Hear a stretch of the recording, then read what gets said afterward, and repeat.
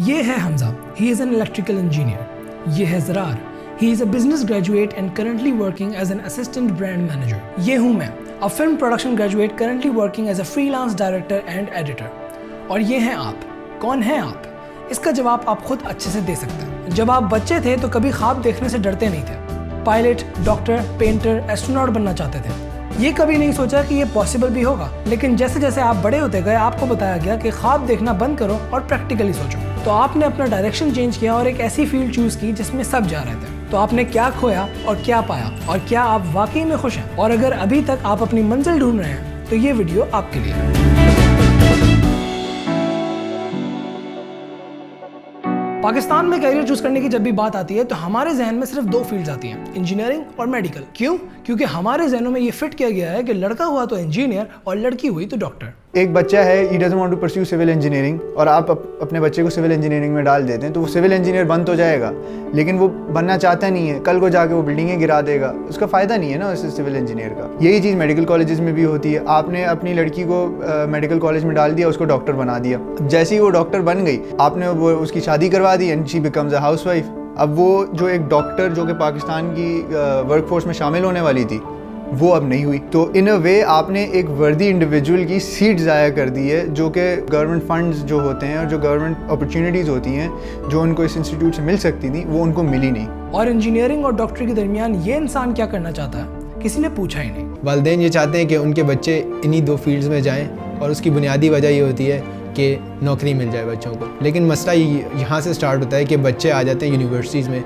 साल 2 साल लगाने के बाद उनको ये बात समझ आती है कि ये तो फील्ड्स हमारे लिए बनी नहीं है, हम इन फील्ड में अच्छे हैं ही नहीं। उस पॉइंट पे आके ना वो आगे जा सकते हैं ना वो पीछे जा सकते हैं, और वो वक्त उनका ज़ाया हो जाता है। लेकिन आखिर आपको पता कैसे चलेगा कि आपको ज़िंदगी में करना क्या? इस मोड़ पर ऑब्वियसली एक बच्चा अपने पेरेंट्स की तरफ देखेगा, लेकिन पिछले 20 सालों में दुनिया जिस रफ्तार से तब्दील हुई है, दर्जनों ऐसी फील्ड्स हैं जो आपके पेरेंट्स के टाइम पर एग्जिस्ट ही नहीं करती थी, इसलिए उनको उसकी नॉलेज ही नहीं है। पाकिस्तान में जनरली बच्चों को गाइडेंस नहीं मिलती, बच्चों को काउंसलिंग नहीं मिलती, उनको पता ही नहीं होता कि जो फील्ड उनको परस्यू करनी है उसको कहा क्या जाता है। फॉर एग्जाम्पल, जब मैंने इंटरमीडिएट किया था, आई वॉजंट अवेयर कि लॉ भी कोई फील्ड है, आर्किटेक्चरल डिज़ाइन भी कोई फील्ड है। मुझे इन चीज़ों के बारे में पता ही नहीं था। और जैसे जैसे मेरी एजुकेशन बढ़ती गई, जब मैंने सेकंड ईयर कर लिया था अपने BBA का, तब मैं इंट्रोड्यूस हुआ था इन मल्टीपल फील्ड से, क्योंकि फिर हमें दुनिया की समझ आने लग गई थी। अब यहाँ बात आती है एक कैरियर काउंसलर की, यानी कि वो शख्स जो आपके स्ट्रेंथ्स और आपके इंटरेस्ट देखते हुए आपको गाइड करेगा कि आपको किस डायरेक्शन में जाना चाहिए और अपने लिए क्या रियलिस्टिक गोल्स सेट करने चाहिए। नबील भाई, ये कैरियर काउंसलर तो फिर हमारा रिश्तेदार हुआ ना? नहीं।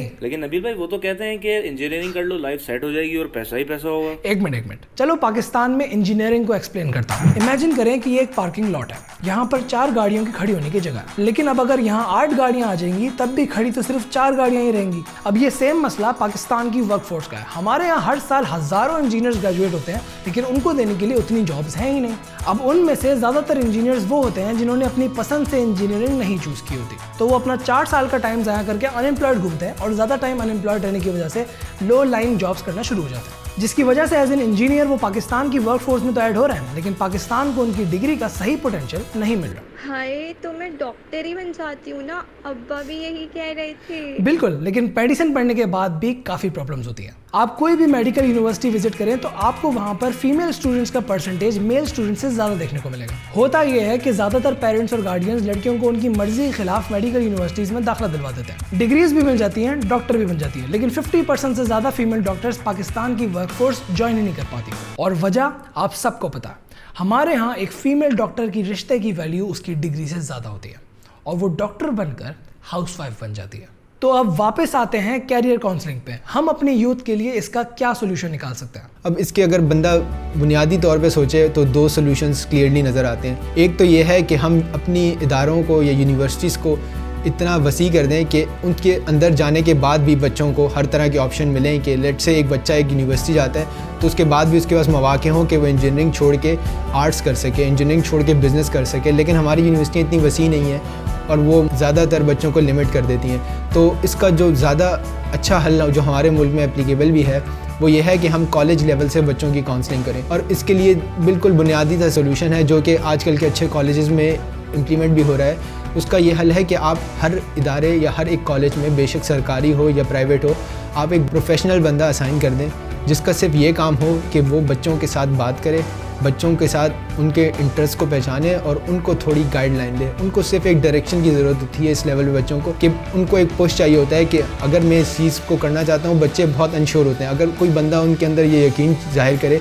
कि हाँ तुम इस चीज़ में आगे जाके तुम अच्छा कर सकते हो, तो वो बच्चे वाकई में अच्छा करते हैं। और इस तरह ना सिर्फ हम इतने सारे बच्चों को जो अपना कॉलेज यूनिवर्सिटी में जाके टाइम ज़ाया कर रहे होते हैं वो बचा सकते हैं, बल्कि एक जो नया मसला इस मुल्क में उभरता जा रहा है कि इंजीनियर्स बहुत ज़्यादा हो गए हैं और इतनी नौकरियां नहीं हैं, ये मसला भी हल हो जाएगा। क्योंकि अब हर बंदे के पास वही डिग्री होगी जिस चीज़ में वो अच्छा होगा, और हमारे पास एक ऐसी प्रोडक्टिव लेबर या वर्क फोर्स होगी जो आगे हमारे मुल्क के खुशहाली और बेहतरी में कंट्रीब्यूट कर सकती है। So this is the solution. मेरा मैसेज तमाम एजुकेशनल इंस्टीट्यूट्स और तमाम पेरेंट्स और गार्डियंस के लिए है कि अपने बच्चों की एकेडमिक स्ट्रेंथ्स और इंटरेस्ट देखें और उनको अपनी मर्जी से अपनी फील्ड चूज करने दें, ताकि पाकिस्तान को फ्यूचर में उनकी स्किल्स का सही पोटेंशियल मिले। और अगर आप खुद कैरियर काउंसलिंग में अपनी सेल्फ असेसमेंट करना चाहते हैं तो ये मैं आपको बताऊंगा हमारे कैरियर काउंसलिंग सीरीज के पार्ट 2। अपना ख्याल रखिएगा। मैं हूं नबील तारिक और ये था मेरा ज़ाविया। See you in the next video. अल्लाह हाफ़िज़।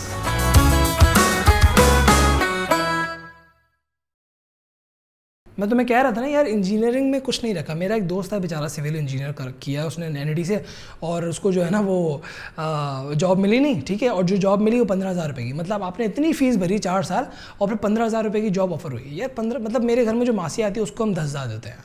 मतलब यार 4 साल इंजीनियरिंग पढ़ी है, वो 15,000 में काम करे, और एक जो मासी घर की सफाई कर रही है वो 10,000 में काम करे। क्या बात कर रहे हो यार। और फिर अब बेचारा वेडिंग फोटोग्राफी कर रहा है, ठीक है, एक सिविल इंजीनियर ये वेडिंग फोटोग्राफी कर रहा है। बुरी बात नहीं है, हक हलाल कमा रहा है, लेकिन उसकी डिग्री की सही वैल्यू पाकिस्तान को नहीं मिल रही ना। तो जो तुम कह रहे थे ना कि ये वीडियो किसी काम की नहीं आएगी वगैरह, ये वीडियो बहुत काम की आएगी। मुझे एटलीस्ट लोगों को गाइड करना है, सिंपल एज दैट।